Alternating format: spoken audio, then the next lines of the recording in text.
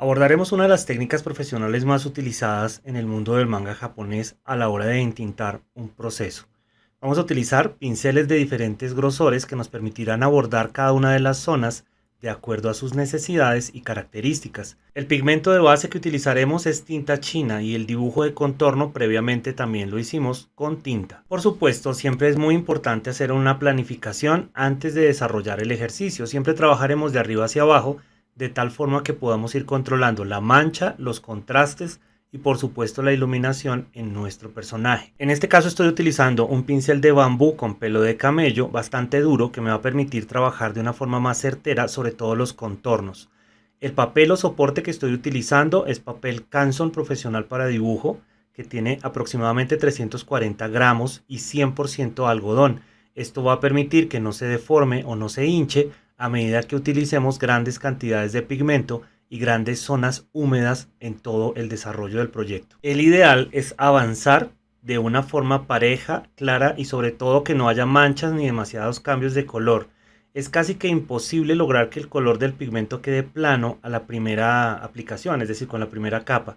Sin embargo, vamos a intentar no tener que repetir capas y eso solamente se logra utilizando un muy buen pigmento o una muy buena marca de tinta.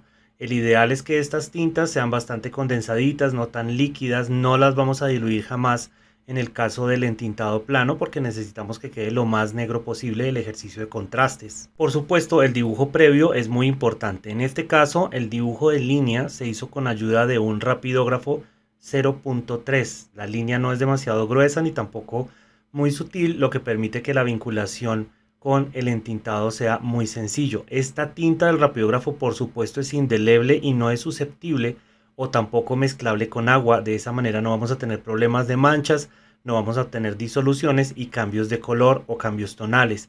Estas zonas súper oscuras o súper negras se han marcado previamente en el dibujo que hicimos de contorno con ayuda de unas pequeñas cruces. Esas cruces nos recuerdan en dónde debemos colocar estas zonas oscuras y por supuesto nos ayudarán a tener un ejercicio un poquito más ordenado, más controlado a la hora de realizar la coloración. Eso sí, es muy importante no dejar lagunas de color o lagunas de pigmento para que no se vayan a fracturar o a craquelar. Este es un efecto muy normal o una condición muy normal en la tinta china, que cuando se hacen grandes lagunas o grandes zonas o charquitos de color se puede craquelar o fracturar y en el momento de escanear o digitalizar la imagen vamos a tener problemas de cambios tonales.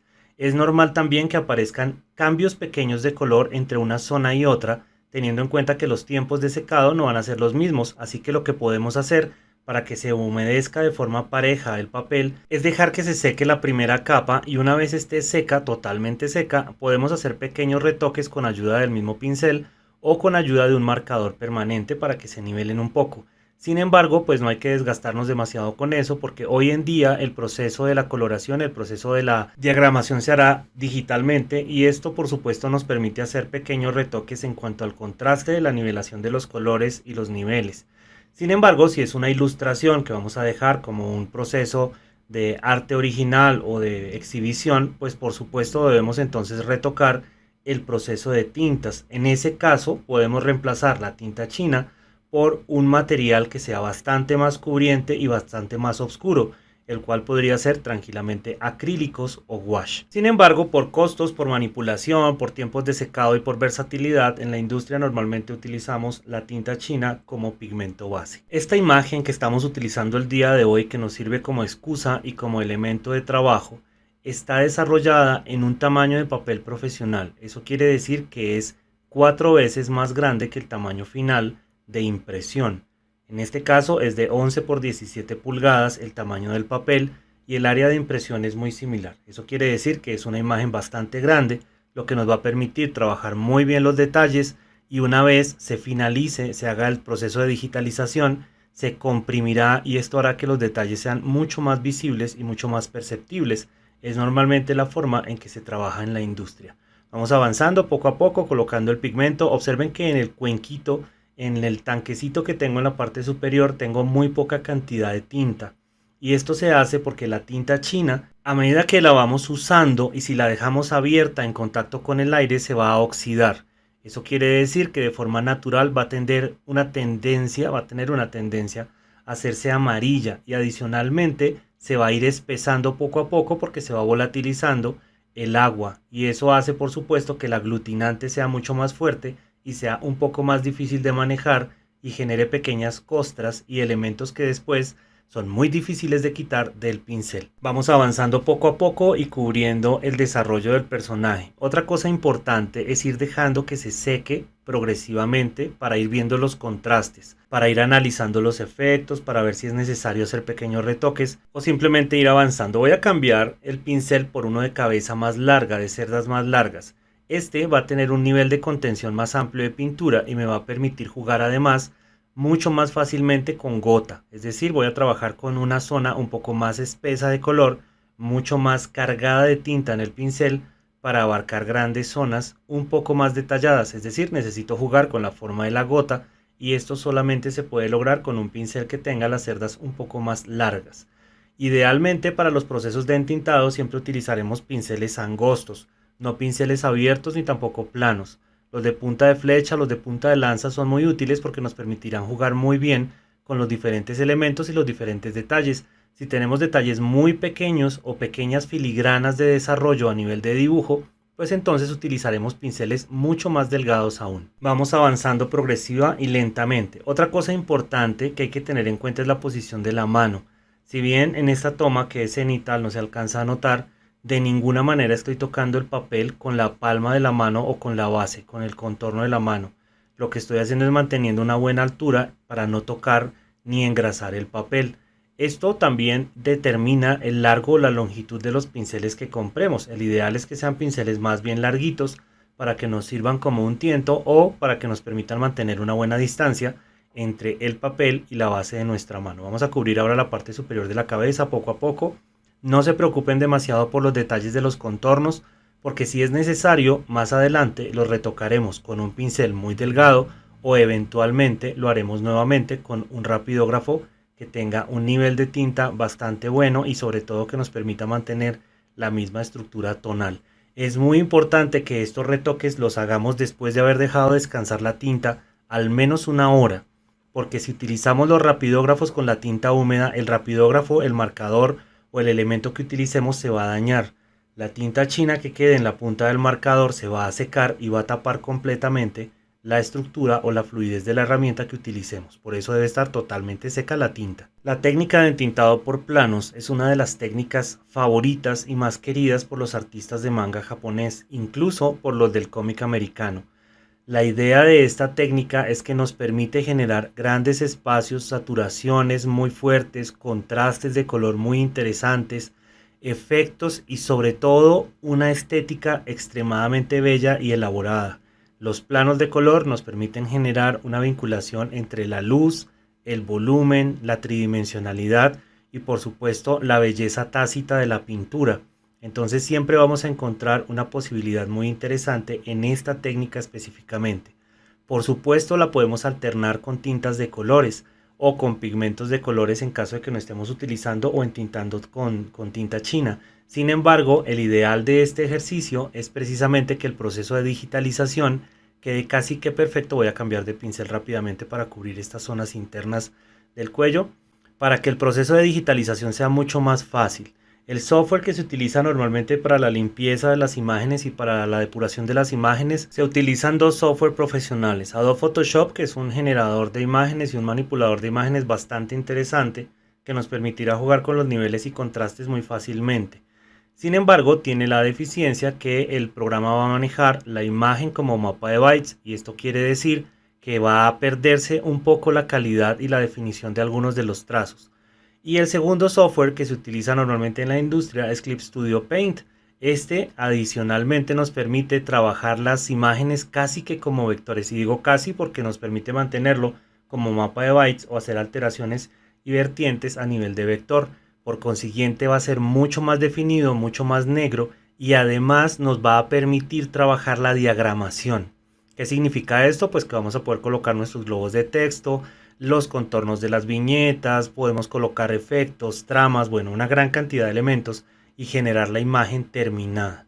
El Clip Studio es tal vez uno de los programas más versátiles para el manga y sobre todo pues para los ilustradores que necesitamos hacer todo el proceso en una sola línea. Y hay que hacer ahí otra salvedad, y es que ni este ni ninguno de los videos está patrocinado por ninguna casa o marca. Es solamente una sugerencia porque es el que utilizamos normalmente en la industria. Vamos avanzando poco a poco, y además de ser muy satisfactorio, este proceso es extremadamente agradecido y rápido.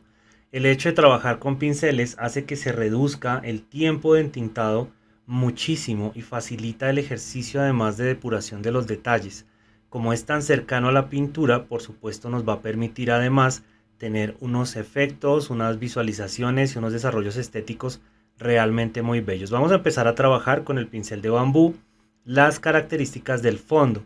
¿Qué diferencias tienen estos dos pinceles que he estado alternando durante todo el proceso? El pincel de bambú tiene unas cerdas de pelo de camello que son bastante interesantes. Son duras, son fuertes, son muy poco flexibles, y eso hace que para los detalles, para las pequeñas líneas de contorno, sea muy parecido a la utilización de una pluma. Y eso, por supuesto, pues nos ayuda a mantener como la naturalidad del dibujo y el proceso que se hizo previamente en la elaboración de la imagen. Y el otro pincel que utilizo es un pincel de pelo sintético, de cerdas sintéticas, que tiene una gran flexibilidad y una punta muy larga. En procesos subsiguientes iremos alternando los pinceles y se darán cuenta para qué sirven. Hay pinceles aún más largos que son muy útiles, sobre todo para los detalles, para los trazos finos y sostenidos, pero en este caso, para este tipo de dibujo, que es más bien bastante detallado y bastante cercano al Art Nouveau, que tiene una gran cantidad de elaboraciones, una gran cantidad de artesonados, de figuras intrincadas, pues utilizar un pincel que no sea tan flexible, pero que nos permita una gran carga de tinta, pues será muy bueno. Por supuesto, pueden utilizar pinceles desechables o pinceles de carga previa, como los marca Pentel, por ejemplo, que son muy buenos y a nivel de color reaccionan muy bien. Sin embargo, su vida útil es realmente corta, lo que nos va a generar una inversión fuerte en torno a las ilustraciones. Un pincel de carga comprado cuesta aproximadamente 10 o 11 dólares, y por supuesto nos va a alcanzar para una o dos ilustraciones máximo.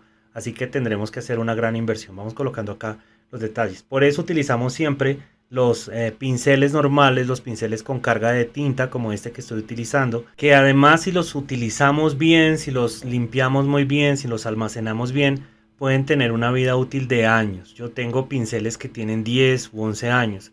Y eso también va en la marca. Si utilizamos muy buenas marcas de pinceles, por supuesto no vamos a tener que estarlos cambiando permanentemente.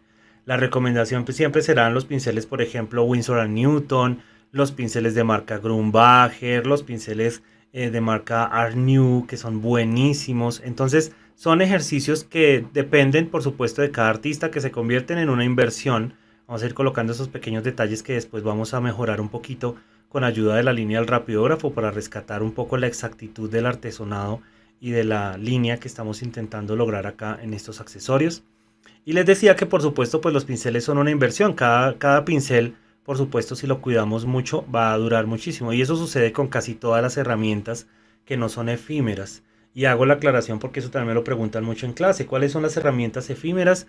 Pues por supuesto son aquellas que se van gastando con el uso, como los lápices, que a medida que los vamos afilando se van dañando, se van perdiendo, por supuesto se van desgastando. Las tintas, las acuarelas, los acrílicos, son elementos que se van gastando a medida que los vamos utilizando. De cada uno de esos que he nombrado, por supuesto existen alternativas que son un poquito más perdurables. En el caso de los lápices, por ejemplo, entonces aparecen los lápices mecánicos. El cuerpo del lápiz mecánico puede permanecer por años, por décadas, y lo único que vamos cambiando son las puntillas o minas a medida que se van gastando. Además nos permite, pues por supuesto, alternarlas en los diferentes grosores y en las diferentes características de cada una.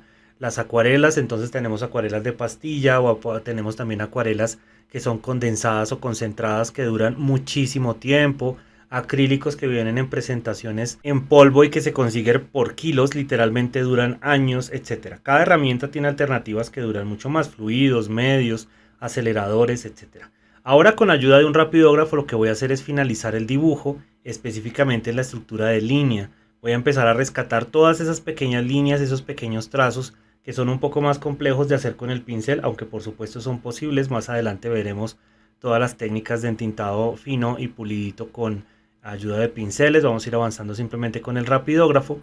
Este dibujo, antes de aplicar el rapidógrafo, tuvo un periodo de descanso de aproximadamente 4 horas y media.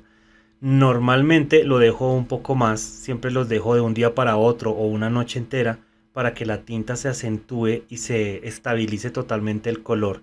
De esa forma puedo ver cuáles son los elementos que se deben retocar, si hay zonas que se deben retocar o si debo hacer alteraciones o cambios. Normalmente podemos utilizar otro tipo de herramientas además del rapidógrafo para enfatizar los trazos y los desarrollos. Podemos utilizar pigmentos blancos, marcadores blancos o rapidógrafos blancos para rescatar algunas líneas, brillos, detalles. Aquí estoy trabajando en el ojo, por ejemplo, que tenía tantos detallitos y tanta filigrana que es mejor realizarlo con una herramienta, con una punta idónea, digamos, para esta estructura. No hay que tenerle miedo a la utilización de diferentes herramientas simultáneamente, como estamos haciendo acá. Al contrario, recuerden que nuestro público, los espectadores, lo que miran es el producto final. En nuestro caso, no se fijan demasiado en el proceso, sino se fijan que el producto final sea lo que están buscando y lo que están acostumbrados a ver en nuestras historias y en nuestras narraciones. Por eso el backup de herramientas que tengamos siempre será importante para que vayamos solucionando cada situación, cada espacio y cada escenario de la mejor manera. Vamos a ir avanzando, colocando los pequeños elementos acá. Por supuesto, si quieren utilizar herramientas un poco más exactas como reglas, compases, elementos de medición circular, pues por supuesto son bienvenidos. En este caso, por el tipo de dibujo y el tipo de detalle no lo voy a utilizar. Más adelante, cuando estemos trabajando fondos, cuando estemos trabajando escenografías, el proceso de contextualización y ambientes, sí vamos a utilizar muchísimo los elementos tradicionales de medición, reglas, transportadores, etcétera. Aquí voy a empezar a trabajar con un poquito más de pulsación para ir generando los achurados, rescatar la forma de la manga del personaje. De esta forma, poco a poco vamos avanzando y por supuesto nos vamos acercando a una finalización que sea cada vez más cercana a lo que estamos esperando de la ilustración. Importantísimo, eso sí, darle sus tiempos, deténganse un poco, observen su dibujo, a veces proyéctenlo en un espejo para ver si tiene problemas de proporción, de construcción, de brillos, de iluminación. La observación al revés de su dibujo les va a ayudar a notar cosas que normalmente no vemos. Vamos avanzando poco a poco, vamos determinando los diferentes elementos que hacen falta en la composición y los iremos apropiando y además enriqueciendo. Los achurados para este tipo de procesos de entintado se ven muy bien, apoyan muy bien y por supuesto en la parte digital si ya quieren ir generando otro tipo de cosas como tramas, elementos de efectos, distorsiones, puntos, bueno, no sé, diferentes elementos va a ser siempre de una, serán bien recibidos digamos en la composición porque les van a generar alternativas y desarrollos viables. Seguimos avanzando hasta finalizar la composición. Como siempre, lo mejor es practicar, desarrollen imágenes en las que puedan aplicar este tipo de construcciones visuales, desarrollen composiciones en las que puedan aplicar diferentes o utilizar mejor diferentes herramientas como pinceles, marcadores, etcétera, y de esa forma van a ir adquiriendo experiencia y entienden un poco mejor a qué nos referimos en cada uno de los procesos. Reiteren, dejen descansar contenidos y luego los vuelven a retomar un poco de tiempo más adelante y de esa forma siempre tendremos como herramientas que nos ayuden a avanzar y sobre todo a solucionar situaciones en nuestros diferentes proyectos. Nos veremos en una próxima sesión.